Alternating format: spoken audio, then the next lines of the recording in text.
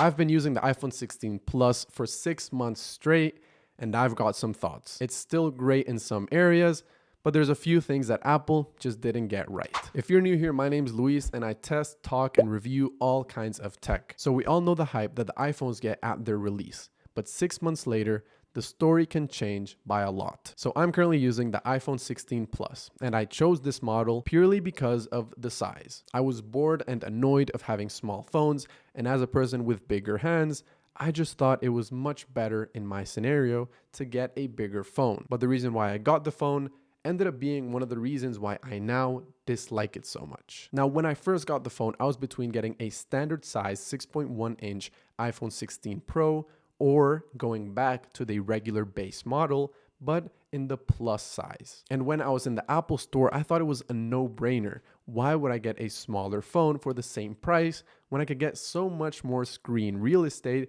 and a much bigger battery? So I ended up going ahead and getting the plus model, thinking that the size was exactly what I wanted. Now let's take a look at the design and the build quality. So around 6 months later, my iPhone is still in perfect conditions. I have nothing negative to say about the build quality because this phone has taken a beating so many times, yet it doesn't have a single scratch on the screen. Now, in terms of the weight and size, that's where my issue comes in. And it's the fact that the phone is simply too big. Now, like I mentioned, I'm a person that has big hands, and I was extremely confident with actually getting the phone and knowing that it was going to be the perfect size that I wanted and the step up from the smaller sizes. But upon using it for 6 months, I realized that that was a mistake. The phone is simply way too big to use one-handed, and it just gets in the way of me actually using the phone for everyday tasks. Trying to type on the phone one-handed, maybe you're in bed, maybe you're driving or doing one of another million things where you're gonna need to use the phone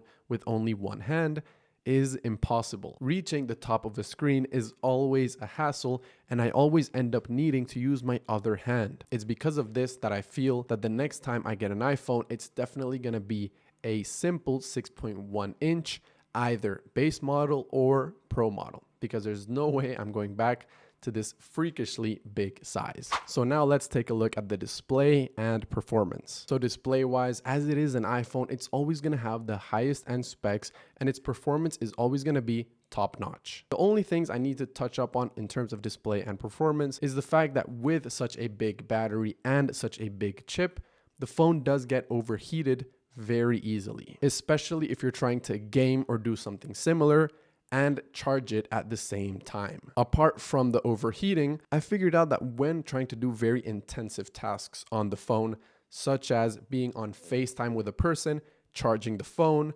sharing hotspot to another device, and trying to game, well, the phone just crashes out in many ways and it doesn't handle all of those tasks. Now, whether I'm putting it through too much of a strain, I'm not exactly sure, but I did see myself in that situation a few times and figured out that the phone would just get incredibly slow and wouldn't even let me type on the keyboard because of how depleted the actual chip was. So now let's take a look at the battery life and the charging. So battery life wise, my battery health after around 8 months that I've actually had it is over 90% still. The battery life does still last me all day, but since I am a pretty heavy user, I do constantly have to charge it at least once a day, since I do use it more than most people, but it's just something to keep in mind. And in terms of the battery, well, I already mentioned that it does overheat very frequently and that it does get really annoying to hold it if you don't have a case on it when it is charging. Now, in terms of camera performance,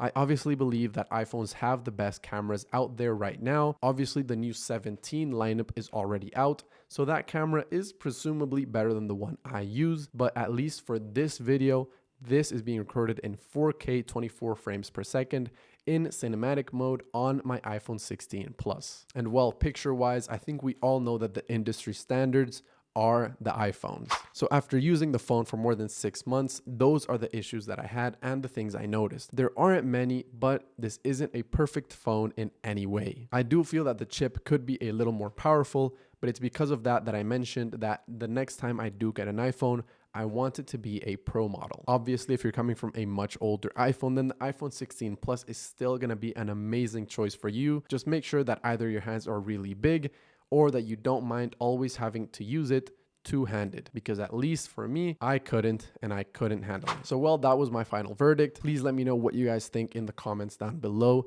Do you agree with my take or do you not? Leave it down there and I'll try to answer as soon as I can. If you guys are also interested in following me on other social medias, I'm gonna have my Instagram handle linked on the screen right now, and it's going to be in the description down below. Don't forget to leave a like, a comment, and subscribe if you're new to the channel. And since there's nothing left to be said, I'll see you guys in the next one.